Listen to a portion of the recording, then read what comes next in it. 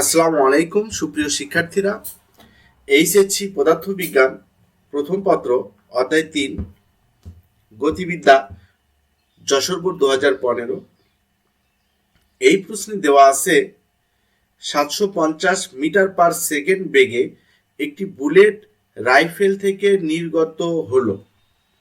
রাইফেলের নলের দৈর্ঘ্য 0.6 মিটার।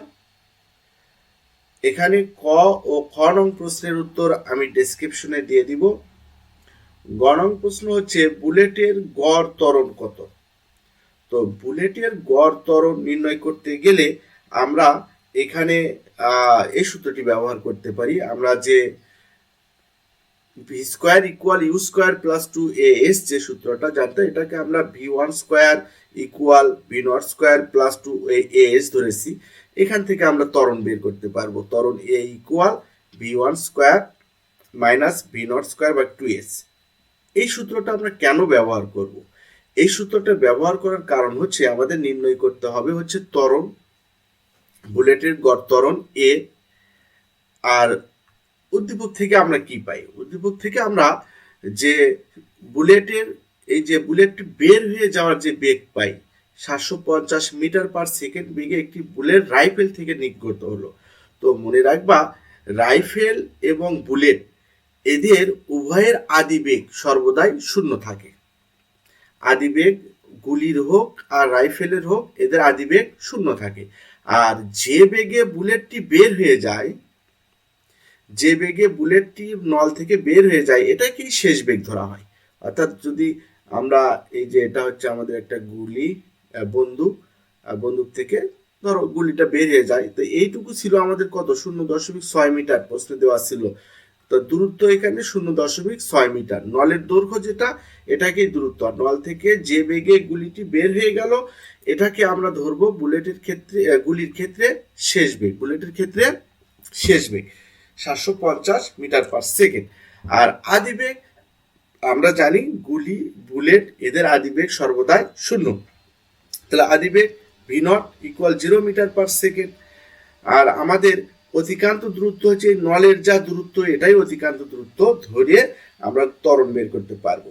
এই যে আমরা যদি এখন v1 এর মান, v0 এর মান, 2s এর মান, এগুলো যদি s এর মান যদি এগুলো আমরা বসিয়ে দিই, তাহলে পাই 750 স্কোয়ার মাইনাস 0 স্কোয়ার 2 ইন্টু 0.6।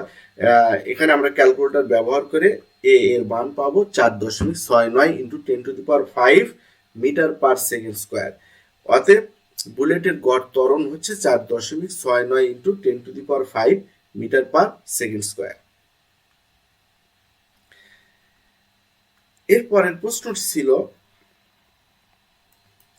যে যদি বুলেটটি একটি প্রাস হয়, তবে দেখাও যে ভিন্ন ভিন্ন কোণে একই বেগে নিক্ষিপ্ত বস্তুর অতিক্রান্ত দূরত্ব একই থাকে। তো এখানে বুলেটটি, প্রাসটা কি জিনিস? প্রাস হচ্ছে সরাসরি কোনো বস্তু নিক্ষেপ না, অনুভূমিকের সাথে তির্যকভাবে, অর্থাৎ তির্যকভাবে নির্দিষ্ট একটা কোণে নিক্ষিপ্ত বস্তুকে প্রাস বলা হয়। তো এখন যদি এই বুলেটটি প্রাসের মতো করে যায়, এইভাবে যদি যায়, অনুভূমিকের সাথে নির্দিষ্ট একটা কোণে যদি সে উপরে উঠে আবার নিচে নামে, এইরকম ভাবে যায়, তাহলে সেটাকে প্রাস কল্পনা করা হবে। তো প্রাসের ক্ষেত্রে অতিক্রান্ত দূরত্ব নির্ণয়ের জন্য আমাদের যে সূত্র, অর্থাৎ পাল্লা নির্ণয়ের যে সূত্র, এই সূত্রটি আমরা ব্যবহার করব। পাল্লাটা কি? যে বুলেটটি যদি প্রাস বিবেচনা করা হয়, তাহলে বুলেটটা নির্দিষ্ট একটা কোণে এইভাবে প্রাসের মতো গিয়ে এখানে গিয়ে পড়বে। অর্থাৎ নিক্ষেপণ বিন্দু থেকে পতন বিন্দু পর্যন্ত দূরত্বকে পাল্লা বলা হয়। তো এই পাল্লা আর নির্ণয়ের সূত্র হচ্ছে v0 square sin 2θ by g।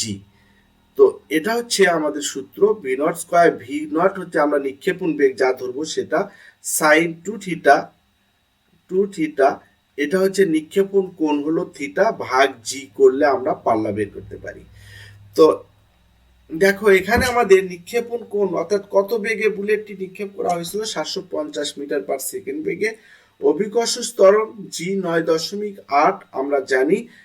আর এখানে আমাদের কোণ, অনুভূমিকের সাথে নিক্ষেপণ কোণ থিটা, এটা দেওয়া আছে হচ্ছে 30 ডিগ্রি। ও না, সরি, এটা দেওয়া নেই, এটা আমাদের বলে দিছে যে ভিন্ন ভিন্ন কোণ বিবেচনা করতে হবে। ভিন্ন ভিন্ন কোণে একই বেগে নিক্ষিপ্ত বস্তুর অধিকাংশ দূরত্ব সমান। তো ভিন্ন ভিন্ন কোণে আমরা 30 ডিগ্রি এবং 60 ডিগ্রি, এই দুটি কোণে আমরা একই রকম বেগ পাবো। তো আমরা কি করব, প্রথমে আমরা 30 ডিগ্রি অনুভূমিকের সাথে θ1 = 30 ডিগ্রি এবং θ2 = 60 ডিগ্রি বিবেচনা করে অধিকাংশ দূরত্ব বের করব। তো থিটা ইকুয়াল যখন 30 ডিগ্রি হয় তখন আমাদের পাল্লা এর মান হবে কত? দেখো, R1 এর মান হবে V0 হচ্ছে 750 এর উপর square into sign 2 theta, theta হচ্ছে এখানে 30 ডিগ্রি, আমরা 30 ডিগ্রি ধরে পাল্লা বের করবো একবার 60 ডিগ্রি ধরে। এখন এখানে দেখো ক্যালকুলেটর ব্যবহার করে আমরা 30 ডিগ্রি এর জন্য পাল্লা পেলাম। পাল্লা হচ্ছে নিক্ষেপণ বিন্দু থেকে পতন বিন্দু পর্যন্ত অনুভূমিক বরাবর যে দূরত্ব, এটা হচ্ছে পাল্লা। এটা পেলাম হচ্ছে 49,708.09 মিটার। এখন আরেকটি কোণের জন্য আমরা এই পাল্লাটা বের করব, 60 ডিগ্রি এর জন্য পাল্লা বের করব।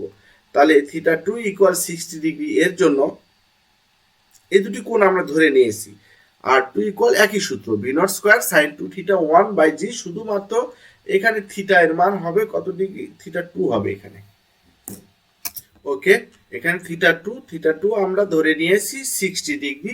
তাহলে এখানে ও নিক্ষেপণ বেগ ছিল 750 এর উপর বর্গ sin 2 θ2 এর মান হচ্ছে 60 ডিগ্রি। তো এখন এখানে আমরা ক্যালকুলেটর ব্যবহার করে পাবো 49,708.09 মিটার। তো এখানে দেখো, লক্ষ্য করো, থিটা এর মান যখন 30 ডিগ্রি ছিল তখনও নিক্ষেপণ বিন্দু থেকে পতন বিন্দু পর্যন্ত দূরত্ব পাল্লা এর মান R1 আমাদের বের হয়েছে 49,708.09 মিটার। আবার আমরা যদি এটা 30 ডিগ্রি কোণে নিক্ষেপ করেছিলাম, আবার এটা যদি আমরা 60 ডিগ্রি কোণে নিক্ষেপ করি ভূমির সাথে, 60 ডিগ্রি কোণে যদি আমরা এটা নিক্ষেপ করি, তারপরও পাল্লা R2 এর মান R1 এর মানের সমান হয়। অর্থাৎ এখানে আমরা লিখে দিব R1 = R2, অতএব ভিন্ন ভিন্ন কোণের জন্য একই বেগে নিক্ষিপ্ত বস্তুর অধিকাংশ দূরত্ব এই ক্ষেত্রে সমান ছিল। আমরা প্রশ্নে কি বলা হয়েছিল? দূরত্ব একই থাকবে।